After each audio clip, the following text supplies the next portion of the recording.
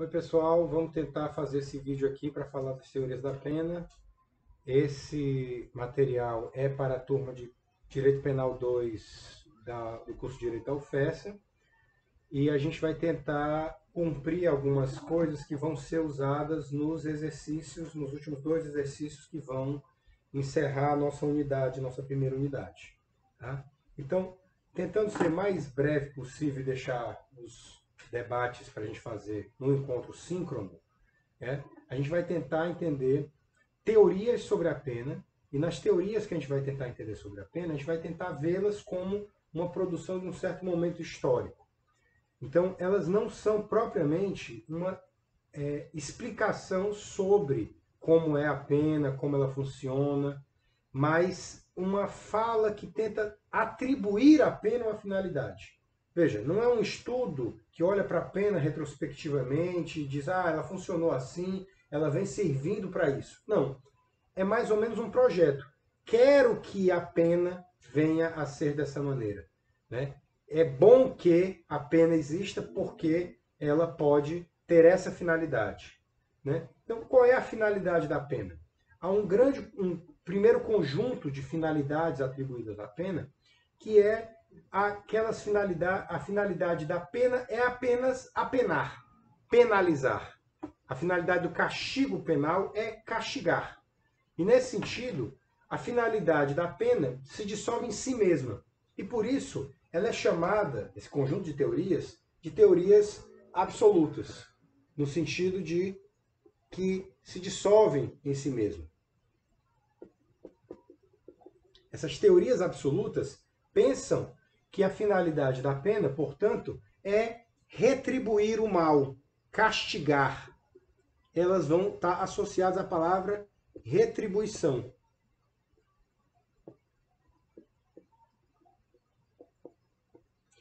A ideia de retribuição que está associada às teorias absolutas é bem fácil de reconhecer, apesar de ser um pouco difícil de explicar. Por que é fácil de reconhecer? Porque, de uma maneira geral, a gente já discutiu isso em sala de aula, a sensação de que nós sofremos uma ofensa faz com que a gente queira revidar. Provoca um sentimento de raiva, de mal-estar, de injustiça, e faz com que a gente queira agredir de alguma maneira, retaliar de alguma maneira, quem nos provocou essa ofensa. Né? E isso, portanto, é uma ideia muito fácil de ser compreendida, mas ela é meio problemática para o Estado Democrático de Direito. A ideia de que a vingança, a retaliação seja uma finalidade da pena pública, né? O indivíduo privado sentir raiva, ok. Né? O Estado patrocinar a vingança soa meio estranho. E aí a questão é, qual é o sentido que essa pena tem? Essa dúvida, essa dificuldade de explicar é tão grande quanto a dificuldade de explicar a própria relação que existe entre a infração, a violação de uma norma religiosa na tradição judaico-cristã e aquilo que você deve fazer para, digamos assim, pagar essa infração. O nome dessa infração é pecado. E o que nós devemos fazer em relação ao pecado? Né? Nos penitenciar. O que é a penitência? É um sofrimento. É alguma coisa que você abdica, renuncia, ou uma dor que você se auto-inflige, né, para pagar o pecado. E esse pecado não necessariamente fez mal a alguém. Né? Ele é pecado porque ele é uma proibição.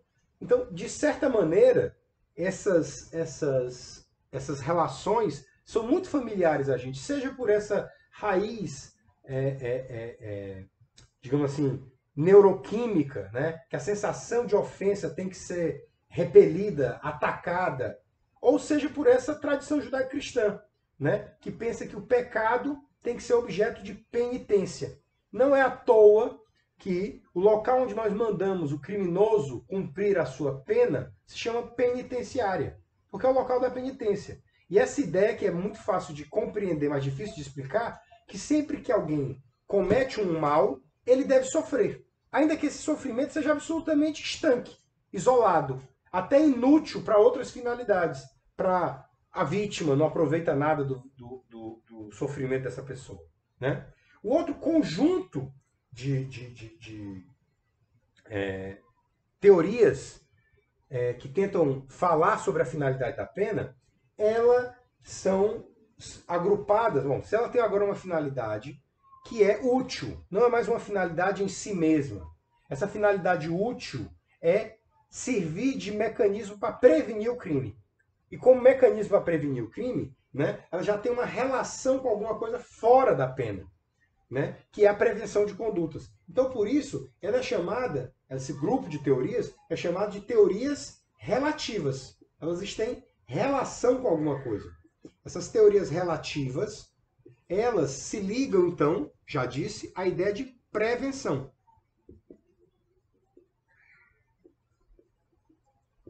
E aí uma questão interessante, né? A ideia de que prevenir, né, a ideia geral de prevenir, ela tem a ver com essa ideia de alguma forma, fazer com que as pessoas não queiram delinquir. Elas podem, talvez, não querer delinquir porque tem medo das consequências, ou porque elas estão sendo atacadas pessoalmente já pela pena, né, alguma coisa concreta, não uma coisa geral, abstrata, né, mas uma coisa específica para elas, né, e por isso elas sentem que não devem delinquir de novo, né, porque não querem sofrer de novo esse resultado. Então, por isso, as teorias relativas à ideia de prevenção, ela se organiza em uma prevenção geral e uma prevenção especial. Ela vai ser geral quando ela se dirige a todo mundo, né? E aí o problema dessa prevenção geral é que ela tem uma explicação que é fácil da gente reconhecer e uma outra parte que vai ser meio difícil da gente reconhecer. Que prevenção geral é essa? Como é que eu faço uma prevenção geral? Quando eu crio a lei em abstrato.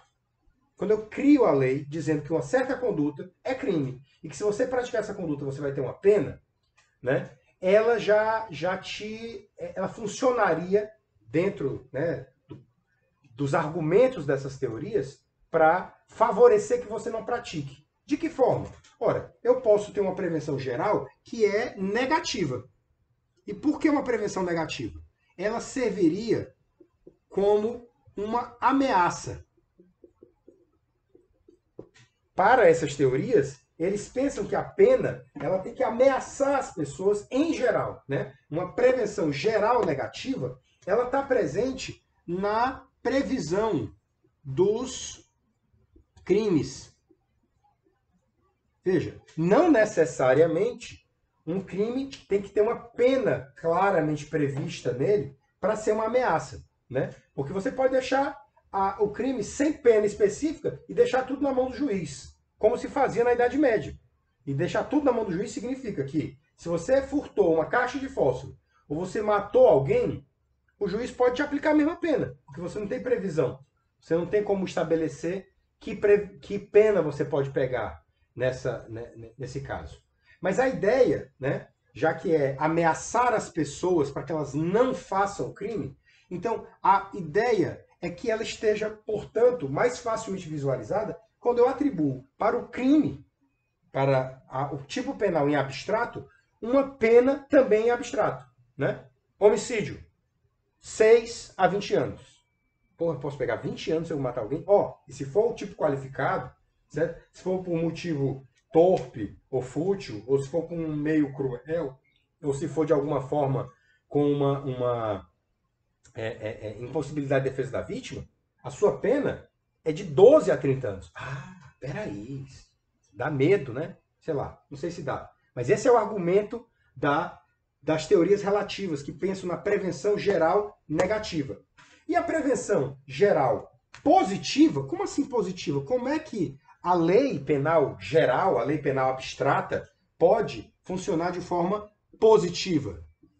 A ideia aqui é meio estranha, meio difícil de sustentar, mas tem um certo sentido sociológico. Né? A gente diz, tal coisa é uma pena, ou tal coisa é um crime, tal conduta é um crime. Bom, se tal conduta é um crime, então ela é proibida. Né? Ela é proibida, ela não deve ser feita.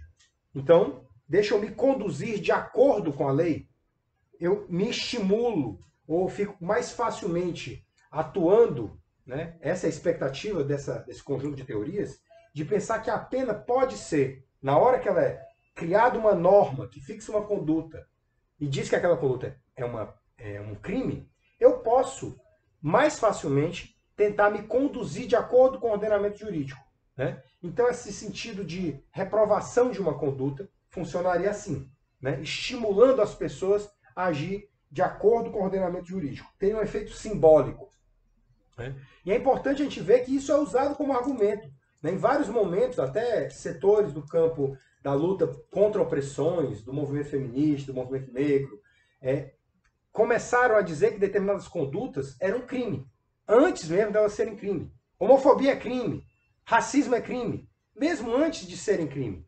Isso já é transparece que, de alguma maneira, nós acreditamos, né? Ainda que pelo senso comum, de que a pena tem um sentido de reprovar uma conduta, e na medida que reprova essa conduta, faz as pessoas se sentirem meio que, né, enfim, incomodadas em realizar aquela conduta. E tentam se adequar à norma. Funcionaria, portanto, de uma forma positiva, não ameaçando pessoas para não fazer essa conduta, mas estimulando pessoas a agir de acordo com a norma. É uma explicação meio fraquinha, mas é assim que se organizam esses discursos, né? Já as teorias que são chamadas especiais, elas estão agindo no indivíduo. Não é mais uma previsão abstrata da lei. Ela está agindo no indivíduo. Como no indivíduo?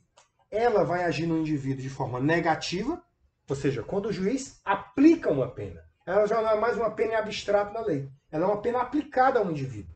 E aí, ela, para prevenir o delito, ela teria que ser uma coisa especial. Um negocinho bem duro para ele sentir na pele e não querer fazer de novo, né? Além disso, a ideia de uma prevenção especial negativa, ela também serve para neutralizar o indivíduo. Ele está preso, né? Então, ele estando preso, essa prevenção especial negativa, ela tem a ver com essa ideia geral de exemplo, né? De impacto na sua vida, né? Olha, vai fazer de novo. Mas ela também tem essa ideia de neutralizar o indivíduo. E, de fato, o indivíduo preso não vai, né? Pelo menos fora da delegacia, não vai, fora da prisão, não vai delinquir talvez dentro da prisão. E tem a outra forma de pensar a prevenção especial, que seria por um viés positivo. Mas como é que a pena pode funcionar para prevenir, especialmente, se dirigindo a um indivíduo específico, de forma positiva? Aí entra essa ideia, que também é problemática vê-la na realidade, mas ela é uma boa inspiração, é um bom valor que deve ser cultivado no processo penal, no direito penal. A ideia de que eu tenho que induzir essa pessoa no cumprimento da pena. Veja, na prevenção especial negativa, eu estou aplicando, mensurando a pena especial. Mensuração da pena. Eu estou mensurando uma pena que sirva de exemplo para esse camarada, que neutralize esse indivíduo. Mas na prevenção especial positiva, eu estou interessado em levá-lo a uma conduta mais adequada. Então, de alguma forma, eu estou tentando fazer com que ele se reabilite, que ele se reintegre, ou talvez até, essa palavra também problemática, ele se ressocialize.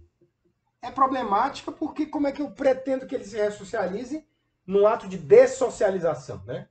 Enfim, a grande questão é que na prevenção positiva, eu estou agora não pensando na mensuração da pena para o caso concreto, mas na execução dessa pena. E aí eu começo a buscar onde essas ideias, essas inspirações estão presentes ainda no texto legal hoje em dia, né? Elas são promessas, elas são desejos, elas não são, né? Por isso que a gente falou que elas são discursos legitimadores da pena. Elas são projetos ideológicos para a pena. Elas não são uma leitura sobre o que a pena tem sido. Nisso elas são chamadas também de funções declaradas da pena, funções expressas da pena. Né? Então, onde é que eu acho a ideia de uma prevenção, uma retribuição da pena? Né? Essa palavra retribuição também pode ser associada à ideia de reprovação. Ainda que seja um uso meio problemático, já eu digo o porquê, a ideia de reprovação, a ideia de que eu vou te aplicar um castigo, eu vou te reprovar porque você não agiu de forma correta, te aplicando um castigo. Onde é que está isso? Quando você vai ver lá no artigo 59, ele está dizendo para a gente que o artigo 59 do Código Penal vai dizer para a gente que o juiz, atentando a uma série de critérios, que eu vou saltar agora na leitura, ele atentando a uma série de critérios, ele deve fixar a pena conforme seja necessário e suficiente para a reprovação e a prevenção do crime. Então já está resolvido, né? Reprovação como retribuição e prevenção, né? Mas com um certo grau de minúcia. A ideia de reprovação, ela tem uma coisa que, apesar de nós não conseguirmos validar completamente a ideia de vingança ou de retaliação do Estado Democrático de Direito, a gente tem condição de aproveitar da ideia de retribuição uma ideia muito interessante, que é a ideia de proporção. Então a ideia de proporção, ou seja, se você der um tapa, você vai receber uma pena equivalente a um tapa. Se você feriu alguém a faca, você vai receber uma pena equivalente a ferir alguém a faca. Então, por mais que a retaliação não seja uma ideia compatível com o Estado Democrático de Direito, a ideia de proporção é. E aí, esse é o sentido de reprovação. O problema é quando o juiz perde de vista a ideia de proporcionalidade com o sentido de reprovação. E pensa que ele quer reprovar como um ente familiar, né? um ente parental, um pai ou uma mãe quer reprovar o filho, dando um castigo cada vez maior para ele ver se ele aprende. Enfim, mas a ideia de proporção prevalece. A ideia de uma prevenção geral negativa, como a gente viu, ela está na descrição do tipo penal. Né? Cada crime vai ter uma ameaça. E aí ela é interessante na medida em que ela cria, pelo menos no direito atual, porque isso não é da Idade Média, né? Cria um parâmetro de pena. Eu quero te ameaçar, eu já digo logo quanto pena você vai ter. Isso é interessante porque dá uma previsibilidade da pena máxima e da pena mínima. Ainda que isso, pena máxima e mínima, não seja intrínseco da prevenção geral negativa. Como eu disse, na Idade Média, eles poderiam querer prevenir a conduta sem criar pena máxima e mínima nenhuma. Deixar na mão do juiz para ele decidir o que vai fazer. Então, isso aqui está em cada tipo penal. Ele não está lá no artigo 59 exatamente com essa ideia de reprovação. Agora, a prevenção geral positiva, ela também está dispersa no ordenamento penal. Né?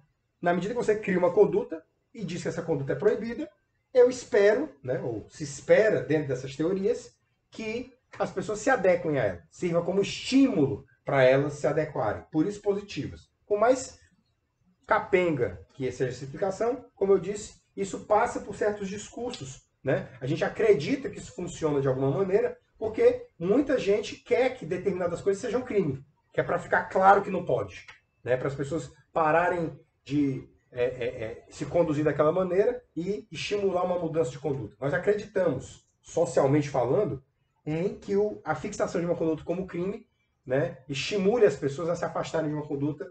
Né? Agora, quando a gente fala da especial, aí de novo o artigo 59 surge para a gente. O final do artigo 59, como eu disse para vocês, ele está falando de uma pena conforme seja necessário. A pena tem que ser fixada conforme seja necessário para a suficiente reprovação e prevenção. Prevenção como? Ora, se eu estou falando do 59, eu estou falando da fixação da pena, fixação específica da pena. E aí faz todo sentido falar de uma prevenção especial negativa, porque é exatamente isso. O juiz agora tem um vetor interpretativo, uma tendência interpretativa de olhar para a pena e não só dizer assim, ok, teu crime foi esse, tua pena deveria ser essa. Eu vou aumentar um pouco essa pena, porque é para você sentir na pele. Isso é problemático. Isso é bem problemático. Achar que o indivíduo não deve responder na medida do seu ato, mas na medida da sua subjetividade. A gente vai debater sobre isso quando estiver vendo o artigo 59 em detalhes na segunda unidade. Mas a questão é essa. A ideia de uma prevenção especial negativa, como ela quer dar um exemplo, ela quer neutralizar o indivíduo, ela está nessa lógica da mensuração, da fixação da pena. E já que ela está na lógica da fixação da pena, o juiz pode se sentir convidado a embarcar num clamor social, num espírito, numa emoção de aplicar uma pena maior do que a gravidade do delito, para que esse indivíduo sinta pessoalmente o impacto, né, da pena. Né? Isso tem uma série de atravessamentos emocionais, ideológicos, que é problemático para o Estado Democrático de Direito. Já a ideia de uma prevenção especial positiva, ela não está mais no Código Penal. Ela está agora na Lei 7.210 de 84, que é a nossa Lei de Execuções Penais. Você pode procurar por ela, a LEP. E lá no artigo 1º ela vai dizer que a execução penal tem por objetivo efetivar as disposições da sentença ou decisão criminal e proporcionar condições para a harmônica integração social do condenado. Veja, é a ideia de que reabilitar, reintegrar, ressocializar é um papel da execução penal, não mais da lei em abstrato, como nos aspectos preventivos gerais, seja negativo, seja positivo, nem na mensuração da pena, como seria a prevenção especial negativa. Certo? E aí, explicado isso, é importante a gente perceber que essas promessas, essas expectativas, esses desejos sobre a pena, têm vários obstáculos para se realizar. Ainda que eu possa aproveitar essas ideias, principalmente a ideia de proporção e a ideia de finalidade reintegrativa ou ressocializadora, nem tanto essa ideia de exemplo, porque o problema da ideia de exemplo eu já falei, né, ela força o juiz a embarcar em tendências emotivas, demagógicas sobre a pena, né? Da mesma maneira que a prevenção geral negativa também dá um sentido meio demagógico, né? Porque se a ideia é ameaçar a pessoa, por que a pena desse crime é 3 anos? Por que não é 5? Por que não é 8? Por que não é 10? Façam esse exercício em casa. Pensem num crime para o qual vocês não conhecem a pena. E aí tentem pensar, qual é a pena adequada, a pena máxima adequada para esse crime? Qual é a pena máxima adequada para um crime ambiental? Qual é a pena máxima adequada para um crime de lesão corporal, de furto, de roubo, de estupro? Se vocês não souberem da pena. Depois vão lá no Código Penal e vejam se bateu. Talvez não bata. E aí esse é um problema. Né? Se a ideia é prevenir, se a ideia é proporção, alguma coisa já é difícil de mensurar. Mas se a ideia é prevenção, a pergunta agora muda. Que quantidade de pena você acha que seria necessário fixar para que as pessoas tenham medo de fazer aquilo? Acho que o céu é o limite, né? Veja, a ideia de proporção ela é problemática porque eu não tenho um proporcionômetro, né? Mas é mais problemática ainda a ideia de ameaça, de lei penal, de pena criminal como ameaça. Porque eu não tenho limite, né? Então bota a pena de morte para tudo. Porque aí é uma ameaça violenta, brutal para todos os crimes, né? Mas sobra para a gente alguma finalidade interessante, ainda que seja problemática na prática, né? Na verdade, a pena criminal não consegue entregar quase nada sobre isso. Na prática, ela não entrega quase nada do que ela promete. Porque, fundamentalmente, o processo penal, o direito penal, a organização do Estado é um sistema desigual. Não só no capitalismo, como o Alessandro Barata quis apontar, mas em vários outros cenários. Qualquer cenário de desigualdade de acesso ao poder, você vai ter o direito penal funcionando desigualmente. E ele vai distribuir desigualmente essas finalidades. Né? É só você imaginar qual foi o tratamento dado num caso e em outro, muito parecidos, em que um deles tem pessoas vítimas de tal classe social, de tal cor de pele, e pessoas autoras de outra classe social e de outra cor de pele, de outro nível de instrução, vários aspectos que estão associados à vulnerabilidade. Né? No campo desse debate sobre combate às opressões, né, se fala muito de privilégios, mas há um problema com o uso da palavra privilégios, né? Seria mais adequado falar de vulnerabilidades, ou seja, de falta de condição de existir no mesmo patamar de igualdade. Porque o problema do privilégio vai ser, se eu disser que uma pessoa branca tem um privilégio em relação a uma negra, o problema é o que eu faço com o privilégio. Eu vou ter que dizer para essa pessoa que ela abra mão do privilégio? Ora, mas qual é o privilégio do branco em relação ao negro? É que ele não vai ser preterido, por exemplo, numa contratação de emprego. E o que a gente ganha se o branco abrir mão disso? Não tem como abrir mão disso. Na verdade, o que nós queremos é que o negro não seja preterido. Ou seja, é que a vulnerabilidade, que o estigma, que a discriminação aplicada ao negro não exista mais. Então, eu tenho preferido usar a palavra vulnerabilidade no lugar da palavra privilégio, que ela ajuda melhor a explicar, né, e cria menos confusão. Então, os graus de vulnerabilidade, os graus de depreciação na posição social estão associados à cor de pele, à faixa etária, ao grau de compreensão, ao nível econômico, né, ao grau de educação formal, todos esses elementos. Então, isso gera para a gente um direito penal que vai ser sempre desigual. Então, se você pensa que vai criar uma pena, por exemplo, tínhamos o crime de homicídio qualificado. Parecia pouco. Vamos criar regras especiais para esse crime e o conjunto de crimes que são considerados horrendos, hediondos. Esse conjunto de crimes considerados horrendos e hediondos podem ter uma pena maior. Ou ainda, uma forma de execução da pena diferenciada, para a pessoa passar mais tempo presa. Foi isso que nós fizemos em 92. E, por exemplo, o crime de homicídio qualificado não diminuiu. O crime de homicídio qualificado, no primeiro ano, ele teve uma leve queda. E nos anos seguintes, aumentaram barbaramente. Foi tão pesada a forma de execução que a lei de crimes hediondos criou para esses crimes, que o próprio STF considerou a forma... porque uma das coisas dos crimes hediondos, na forma como ela foi prevista originalmente, em 92, é que não haveria progressão de pena. Imagina, uma pessoa condenada por um crime hediondo passaria todo o período da pena em regime fechado. E o STF considerou isso inconstitucional. Né? No período que isso valeu, nos quase 15 anos em que isso valeu, não houve diferença muito grande na quantidade de homicídios por 100 mil habitantes, de homicídios qualificados por 100 mil habitantes, não. Ao contrário, cresceu. Cresceu absurdamente. Né? Não parou, não diminuiu e nem estabilizou. Cresceu. Então, a ideia de que aumentar a pena para atingir uma prevenção geral negativa é ilusória. Acreditar que estabelecer uma pena para o indivíduo especialmente dura vai diminuir, também nós não temos dados que apontem para isso. Há dados que apontam no sentido contrário.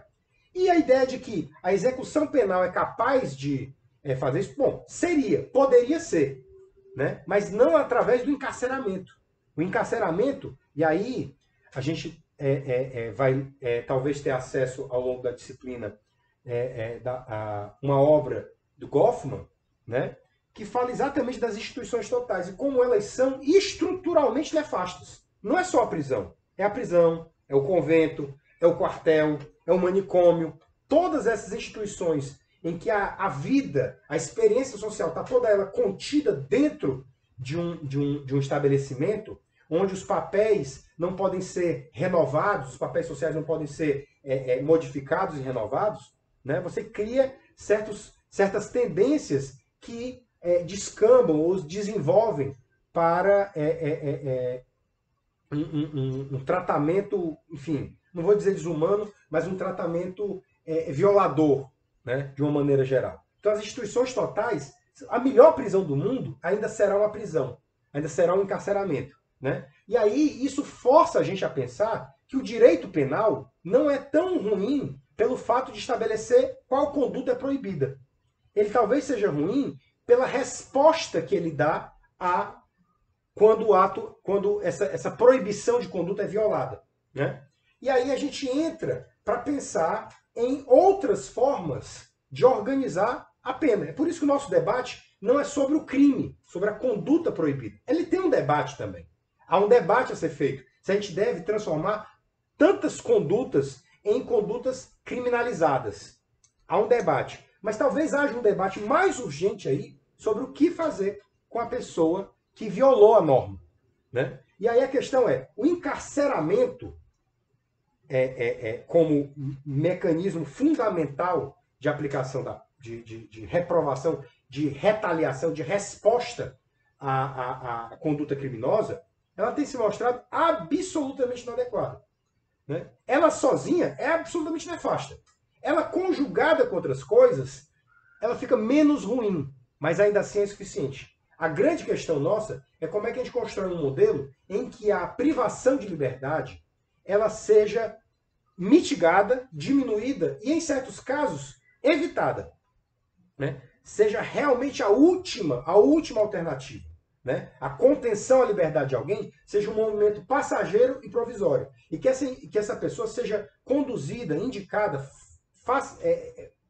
lhe seja facilitado o ingresso numa sequência de atendimentos, de tratamentos. Não tratamento, eu estou falando médico, né? Mas a ideia de que ela seja envolvida em uma série de ações em que ela enfrente os atos, enfrente o que ela praticou, entenda profundamente o que ela praticou e se engaje na restituição, na reparação, na restauração daquilo que ela tomou, né? Que ela seja um sujeito de alguma maneira, da restauração, e que tenha nesse sistema penal um lugar mais destacado, mais acolhedor para a vítima. Hoje, a vítima serve apenas para a produção de prova, né? A gente chegou a ler o Howard Zerr, né? Foi isso na nossa terceira atividade do semestre, e a gente viu lá, né, que papel a vítima cumpre no processo penal, né? Ela é desatendida nas suas necessidades, porque a única meta é provocar sofrimento, né, no agressor. E provocar sofrimento seja para pagar o mal, seja porque esse sofrimento vai intimidá-lo. Então, nesse sentido, essa palavra retribuição, nesse campo de pensamento, né, eu já estou migrando para o encerramento aqui, é que esse conjunto de teorias da pena ele está cada vez mais arcaico, anacrônico e difícil de sustentar, né? Ainda que ele sirva como inspirações para algumas coisas compatíveis com o Estado Democrático de Direito, outras nem tanto, né? E que, de uma maneira geral, essas promessas não se cumpram, né? Nós temos, pelo menos, uma outra forma de entender a pena, entender a finalidade da pena, que seria dar à pena um sentido de restauração. Isso não vai acontecer apenas quando nós dizemos isso. A grande questão, a grande novidade de um pensamento restaurativo sobre a pena é exatamente que ela não apenas projeta uma finalidade para a pena, mas que ela cria uma série de metodologias que tenta favorecer que a pena cumpra isso. Então, veja, justiça restaurativa, que é uma expressão que eu não gosto tanto, porque nos induz a ideia de pensar nessa justiça, né, na ideia de justiça, e a ideia de justiça ela é problemática, né, porque ela remete à ideia de, ok, vou ouvir testemunhas, vou colher provas, vou saber quem é o culpado. Veja, pensemos na justiça restaurativa como uma metodologia de aplicação da consequência da violação, né, da prática de um delito. E não mais num sentido de justiça como um procedimento que vai encontrar os culpados. Então, justiça restaurativa, eu vou tentar falar dela como metodologias restaurativas, como práticas restaurativas. Então, nós temos um antagonismo, né? Lembram que eu falei? A ideia de impor sofrimento ao condenado, seja para que ele pague o mal que ele praticou, seja para que ele se intimide, que ele fique ameaçado, e se sinta ameaçado não pratique o mal, se sinta ameaçado para não praticar o mal de jeito nenhum, ou que ele se sinta ameaçado depois que praticou o mal não queira fazê-lo de novo, né? Esse grande conjunto de pensamentos a gente vai agrupar na forma de pensar da justiça restaurativa na ideia geral de retribuição. Então, o pensamento restaurativo chama esse grande conjunto de teorias, seja a prevenção geral, seja a prevenção especial, seja as teorias absolutas, de retribuição. E isso se antagoniza à ideia geral de restauração. Essa parte eu vou explicar mais rapidamente, porque nós temos aquele texto de suporte, né? Teremos texto de suporte também para a primeira parte, mas nós já temos isso minuciosamente discutido no Howard Zé.